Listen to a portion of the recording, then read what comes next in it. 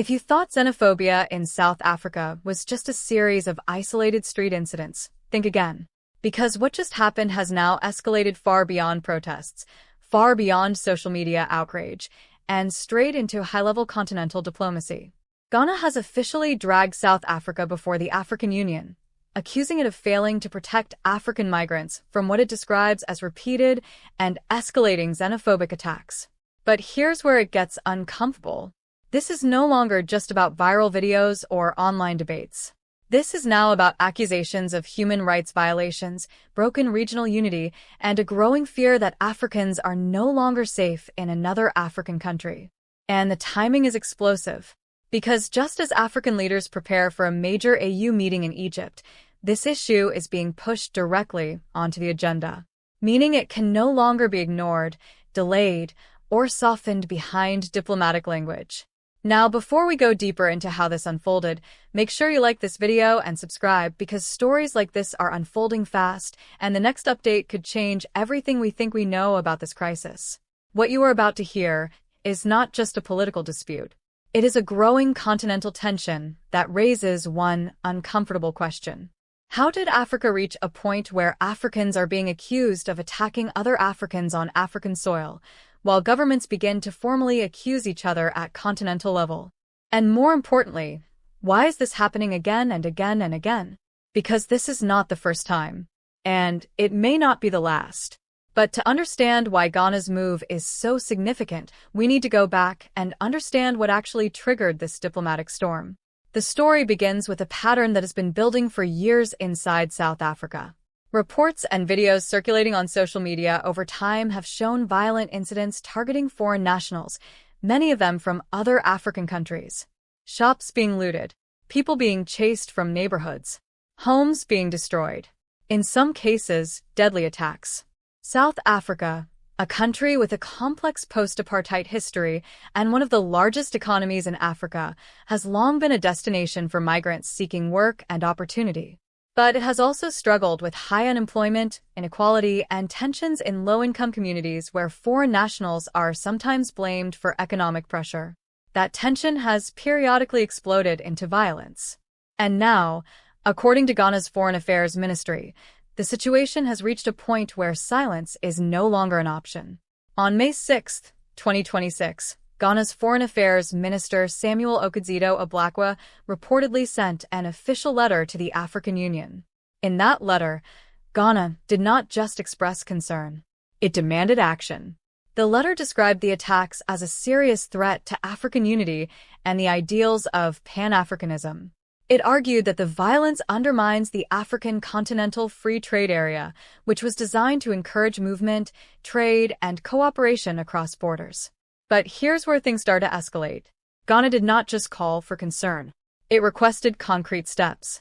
A formal AU discussion, stronger monitoring systems, a fact-finding mission, and a continent-wide dialogue on reconciliation. In other words, Ghana is not treating this as a national issue anymore.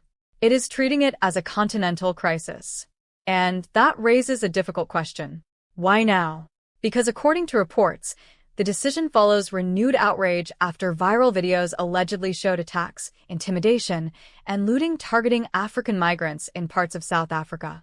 The images spread quickly across social media, reigniting anger that had never fully disappeared.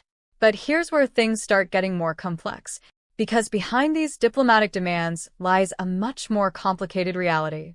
One that raises questions many officials are not openly answering. Why do these attacks keep recurring despite repeated condemnations? And what is really driving this cycle of violence? But here's where things get disturbing. South Africa has faced similar accusations before, and each time, the response has followed a familiar pattern. Official condemnation, police deployment, promises of investigations, and assurances that the situation is under control. Then, gradually the global attention fades. But the underlying tensions never fully disappear. And now Ghana's intervention has changed the scale of this conversation entirely. Because when one African country formally raises accusations against another at the African Union level, it is no longer just about isolated violence. It becomes about accountability, governance, and the credibility of African unity itself. So, what exactly is Ghana demanding? According to the official communication, Ghana is pushing for a formal discussion at the AU meeting, stronger monitoring mechanisms for xenophobic violence, a fact-finding mission to assess the situation directly on the ground, and a broader continental dialogue aimed at reconciliation and long-term solutions. But here's where the story becomes even more complicated.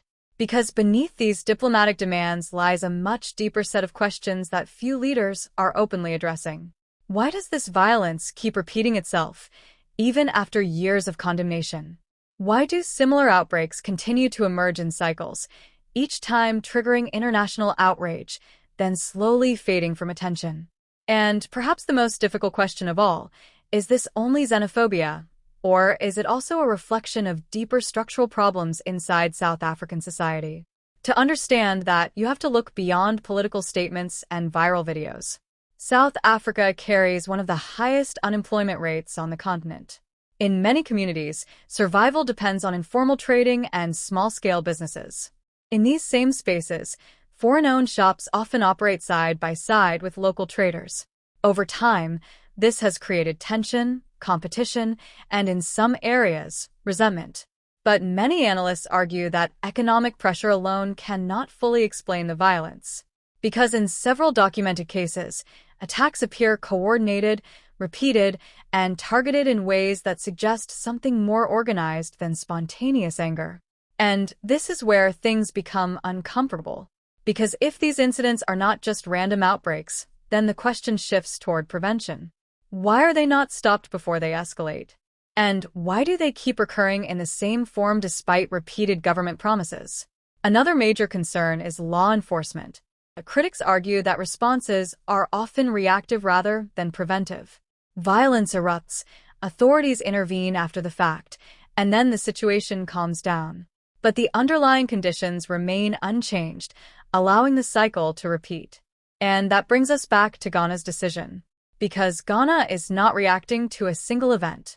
It is responding to what it describes as a pattern of recurring violence affecting African migrants. But South Africa has consistently pushed back against claims of systemic neglect, arguing that xenophobia is not government policy and that authorities take action when perpetrators are identified. So what we are seeing now is a collision of two narratives at a diplomatic level. One side sees a pattern of repeated failure and demands continental accountability. The other insists that domestic systems exist and are being implemented. But here's where this issue expands beyond two countries. Because this is no longer just about Ghana and South Africa. It is about the credibility of African unity itself. If Africans cannot move safely within Africa, then what does that mean for the African Continental Free Trade Area, which depends on open movement, trade, and integration? And what does it mean for Pan-African ideals when member states begin publicly confronting each other over the safety of citizens? The political stakes are extremely high. For South Africa, this raises pressure on its regional image as a leading African economy. For Ghana, it positions the country as a strong voice demanding accountability and protection for African migrants. But for ordinary people, the consequences are far more immediate. Foreign nationals living in affected areas face fear, uncertainty, and disruption of livelihoods. Local communities remain trapped in cycles of poverty and tension that often fuel mistrust. And across the continent, migrants are left wondering where they are truly safe. Public reaction has been deeply divided. Some support Ghana's move, arguing that African governments must protect their citizens wherever they are on the continent. Others worry that escalating diplomatic pressure could worsen tensions and fuel further backlash. On the other side, officials in South Africa continue to emphasize that they are committed to protecting all residents and addressing violence through law enforcement and community interventions. But critics argue that the gap between official statements and lived reality is exactly what continues to fuel international concern. And now all attention shifts to what happens next. Because this issue is expected to be formally raised at the upcoming African Union Mid-Year Coordination Meeting in June 2026 in Egypt. If accepted, it could lead to structured debate, joint resolutions, or even the possibility of an AU fact-finding mission. That would mark a major shift because it would move the issue from national crisis management to continental oversight.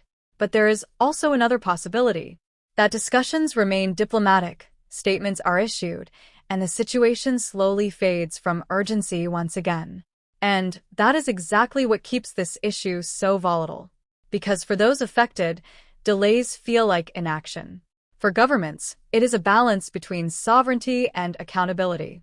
And for the African Union, it becomes a test of whether it can enforce its own principles beyond rhetoric. But here's the final question that remains hanging over everything. Is this the moment Africa finally confronts the cycle of xenophobic violence with real, lasting solutions? Or just another warning sign in a story that continues to repeat itself? Because what happens next will not only shape one diplomatic dispute, it may shape the future of African unity itself.